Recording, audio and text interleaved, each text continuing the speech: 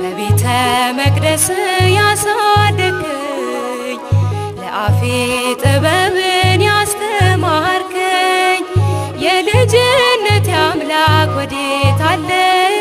በዚያ ዓለም ሐሳብ እንዴት አለ?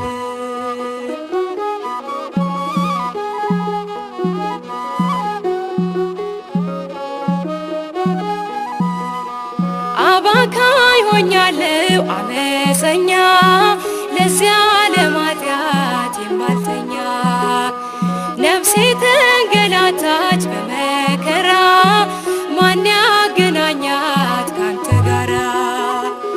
በቤተ መቅደስ ያሳደግከኝ ለአፌ ጥበብን ያስተማርከኝ የልጅነት አምላክ ወዴት አለ?